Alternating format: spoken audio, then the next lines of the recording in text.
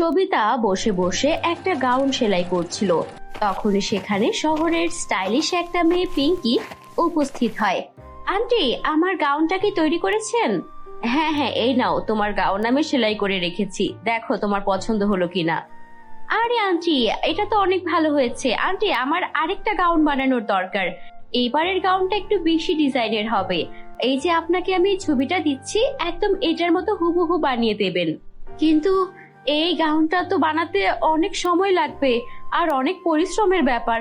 এখানে কাজগুলো তো অনেক ভারী। আগের গাউনের জন্য তুমি অনেক কম টাকা দিয়েছো।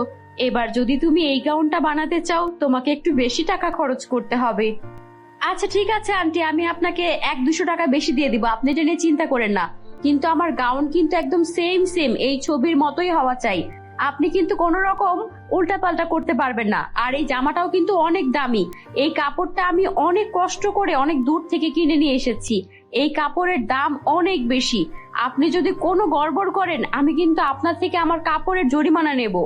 এই বলে পিঙ্কি চলে গেল। সবিতা 4-5 দিন টানা পরিশ্রম করে সেই গাউনটা অনেক সুন্দর করে হুবহু ওই ছবিটার মতোই বানিয়ে ফেললো। তখনই সবিতার মেয়ে মুন্নি বলে, মা, এই গাউনটা কত সুন্দর।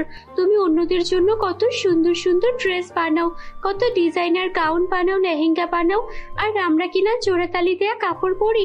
আমাদের মা এত ভালো দর্জি, আর আমাদেরই পরতে হয় জোড়াতালি দেওয়া জামা। দেখ মা, আমরা গরিব মানুষ, আমাদের অবস্থার পরিবর্তন তখনই হবে যখন তোরা পড়ালেখা করে মানুষের মতো মানুষ হবি। মা শোনো না, এই গাউনটা তো তুমি বানিয়েই ফেলেছো এত সুন্দর করে। আর ওই পিঙ্কি আপু তো এখনো আসেনি, উনি তোমাকে এমনিতেই কত কম টাকা দেয়। মা, আমাকে একটু গাউনটা একবারের জন্য পরতে দাও না। আমি একবারের জন্য হলেও নিজেকে সুন্দর একটা গাউনে দেখতে চাই, পরেই খুলে ফেলবো মা, প্লিজ। না না, পিঙ্কি যদি চলে আসে আর দেখে, রাগ করতে পারে। অন্যের পোশাক পরা উচিত না। না মা, কিচ্ছু হবে না, একবার একবার পরতে দাও প্লিজ মা, প্লিজ। মেয়ের জোড়াজুড়িতে সবিতা মেয়েকে গাউনটা পরতে দেয়, কিন্তু গাউনটা পরে যখন ও নিজেকে দেখছিল, ও অনেক খুশি হয়ে যায়। মা দেখো, আমাকে একদম রাজকন্যার মতো লাগছে। ইস, আমারও যদি এমন সুন্দর সুন্দর পোশাক থাকতো, তাহলে আমি এগুলো পরে আমার স্কুলে যেতে পারতাম। তখনই পিঙ্কি চলে আসে আর এসব দেখে রেগে আগুন হয়ে যায়। বন্ধুরা, তোমরা যারা যারা গল্পটি দেখছো, তোমাদের নাম কমেন্টে লিখে জানাও। আমরা নেক্সট গল্প তোমাদের নাম দিয়ে বানাবো। পিঙ্কি বলে, এই তাহলে করেন আপনি? এইভাবে দামি দামি জামা কাপড়গুলো নিজের মেয়েদেরকে পরিয়ে নষ্ট করেন? আপনার সাহস কি করে হলো আমার এত দামি ড্রেসটা আপনার এই গরিব ভিখিরি মেয়েটাকে পরানোর? এই ড্রেসটার দাম জানেন আপনি? এটা আমার এনগেজমেন্টের গাউন ছিল, আর তোমরা এটা নষ্ট করে ফেলেছো। আপনার এই ভিখিরি মেয়ের পরা পোশাক আমি কিছুতেই গায়ে তুলবো না। আগামী 2 দিন পর আমার এনগেজমেন্ট। যদি ভালো চান তো 2 দিনের মধ্যে নতুন কাপড় এনে আমাকে একদম সেম গাউনটা বানিয়ে দেবেন, নয়তো আপনাদের সঙ্গে আমি কি করব আপনারা ভেবেও পাবেন না। আমি কি করে ফেললাম? এখন এই কাপড় কোথায় পাবো? তোরা থাক, আমি একটু মার্কেট থেকে দেখে আসি। তারপর সেই কাপড়ের টুকরো নিয়ে মার্কেটে কাপড়টার দাম জিজ্ঞেস করার জন্য যায়। আর তখন সেখানের দোকানদার বলে, হ্যাঁ, এক্স্যাক্টলি এই কাপড়টা দেওয়া তো যাবে, কিন্তু এটা তো অনেক দামি কাপড়, লিমিটেড এডিশন। এটা যদি আপনি বানাতে চান, আপনাকে তো প্রায় 10 গজ কাপড় কিনতে হবে, আর 10 গজ কাপড়ের দাম কম করে হলো 10,000 টাকা। 10,000 টাকা এনেছেন? আপনাকে দেখে তো মনে হচ্ছে না। কি বলছেন? 10,000 টাকা? আমি তো ভেবেছিলাম 1,000 টাকার মধ্যেই হয়ে যাবে। আমার কাছে তো এত টাকা নেই। টাকা নেই তো আমার দোকানে কেন এসেছেন? সময় নষ্ট করার জন্য? এদিকে ওদের মা চিন্তায় চিন্তায় বাড়ি ফিরতে দেরি করে ফেলে। মাকে বাড়িতে পৌঁছতে না দেখে ওরা ভাবে মায়ের কোনো বিপদ হলো না তো, ওদের মা আবার মাথা ঘুরে পড়ে টরে গেল না তো। তাই 2 বোন সেখান থেকে বেরিয়ে পড়ে মায়ের খোঁজে। ওরা সব জায়গায় ওদের মাকে খুঁজতে থাকে, কিন্তু কোথাও খুঁজে পাচ্ছিল না। ওরা যখন বাড়ি ফিরছিল, তখন দেখে কেউ কান্না করছে। ওরা এগিয়ে গিয়ে দেখে একটা পরী, যার চারপাশে আগুন দিয়ে ঘেরাও করা, আর পরীই কান্না করছে। পরী, আপনি কেন কান্না করছেন? আর এভাবে আগুন কেন লেগে আছে? আগুন কেন নিভাচ্ছেন না? আপনি তো পরী, আপনি তো উড়ে উড়ে এই আগুন থেকে বেরিয়ে আসতে পারেন। এটা কোনো সাধারণ আগুন নয়, এটা কালী ডাইনির আগুন। এই আগুন থেকে আমি তখনই বের হতে পারবো যখন কেউ আমার জাদুর ফুলের বাগান থেকে লাল গোলাপ এনে দিতে পারবে। তোমরা কি আমাকে সাহায্য করবে? ওরা পরীকে সাহায্য করার সিদ্ধান্ত নিল আর পরীর বলে দেওয়া জায়গায় পৌঁছে গেল জাদুর গোলাপ আনতে। সেখান থেকে একটা জাদুর লাল গোলাপ নিয়ে ওরা যখন ফিরছিল তখন দেখলো অনেক ধন দৌলত সোনা দানার একটা স্তূপ হয়ে আছে। ওয়াও, পরীর এই বাগানে এত এত সোনা দানা, এগুলো নিয়ে গেলে তো মায়ের সব সমস্যার সমাধান হয়ে যাবে, এগুলোর সাথে নিয়ে যাই। তখন এই জাদুর গোলাপটা বলে, যদি তোমরা এই ধন দৌলত নিয়ে যেতে চাও আমাকে নিয়ে যেতে পারবে না, এখন তোমাদেরই সিদ্ধান্ত নিতে হবে। তোমরা কি ধন দৌলত সাথে করে নিয়ে যাবে নাকি তোমরা পরীকে সাহায্য করতে আমাকে সাথে করে নিয়ে যাবে? না না, আমরা এটা কিছুতেই করতে পারি না।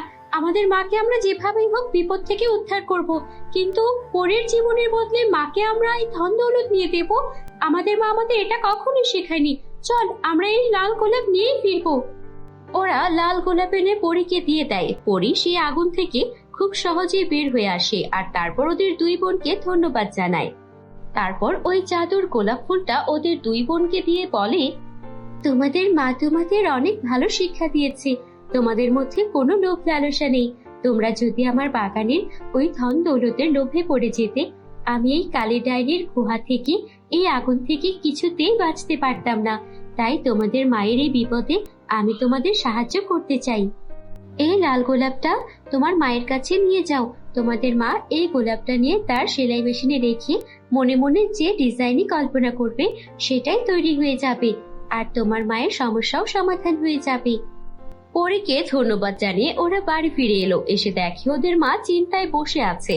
তখন ওরা সব ঘটনা খুলে বলল। মা, পরীর কথা মতো এই জাদুর গোলাপটা সেলাই মেশিনে রেখে মনে মনে একটা ডিজাইন কল্পনা করো তো।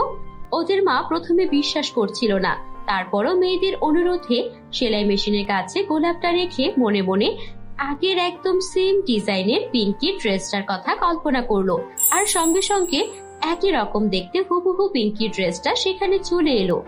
মা, আমাদের সমস্যার তো সমাধান হয়ে গেল। পরী আমাদের জাদুর গোলাপ দিয়েছে, এখন আমরা এটা ওই পিঙ্কির মুখে ছুঁড়ে মারবো। আর তাছাড়া মা, এখন তো আমরা নিজেরাও সুন্দর সুন্দর গাউন পরতে পারি। তখন ওদের মা মনে মনে তার দুই মেয়ের জন্য সুন্দর দুইটা গোলাপের গাউন কল্পনা করলো আর তখন সেখানে খুব সুন্দর দুইটা লাল টকটকে গোলাপের গাউন তৈরি হয়ে গেল। ওরা দুই বোন খুশি খুশি সেই গাউনটা পরে নিল। তারপর ওরা ওদের মাকে বলে, মা, আমাদের সব কষ্ট দূর হয়ে যাবে। আমার মাথায় একটা আইডিয়া আছে। কাল তো আমাদের গ্রামে মেলা আছে, আমরা সেই মেলার মধ্যে এই সুন্দর গাউনগুলো পরে যাব আর তারপর যাদের এই গাউনগুলো পছন্দ হবে তাদের কাছে এই গাউনগুলো বিক্রি করব। তুমি তো এই গোলাপের দিকে তাকিয়ে মনে মনে যত ইচ্ছা তত গাউনের কল্পনা করতে পারবে আর সব গাউন প্রস্তুত হয়ে যাবে। ওদের মায়ের এই আইডিয়াটা ভালো লাগলো। তারপর সে অনেকগুলো ডিজাইনের বিভিন্ন সুন্দর সুন্দর ফুলের গাউন মনে মনে কল্পনা করলো আর সেগুলো তৈরি হয়ে গেল। পরদিন ওরা দুই বোন সেই লাল গোলাপের গাউন পরে মেলায় পৌঁছে গেল আর সাথে রাখলো অনেক সুন্দর সুন্দর নানা রকম ডিজাইনের ফুলের গাউন, যেগুলো মেলায় সবাই দেখা মাত্রই কেনার জন্য হুমড়ি খেয়ে পড়লো। পিঙ্কিও সেখানে এসে সেই গাউনটা দেখে কিনতে চাইলো। হ্যাঁ, আপনার কাছে আমরা বিক্রি করতে পারি, কিন্তু তার বিনিময়ে আপনাকে 1 লক্ষ টাকা দিতে হবে। ওরা ওদের মায়ের সেই কষ্টটা মনে রেখেছিল, তাই ইচ্ছে করে পিঙ্কির থেকে বেশি টাকা দিয়ে সেই গাউনটা বিক্রি করলো। আর এভাবেই পরীর দেওয়া জাদুর গোলাপ ফুল ওদের জীবন বদলে দিল। ওরা খুশি খুশি জীবন কাটাতে লাগলো। বন্ধুরা, আমাদের চ্যানেলে নতুন হলে আমাদের চ্যানেলটিকে সাবস্ক্রাইব করতে ভুলো না যেন। Bye bye.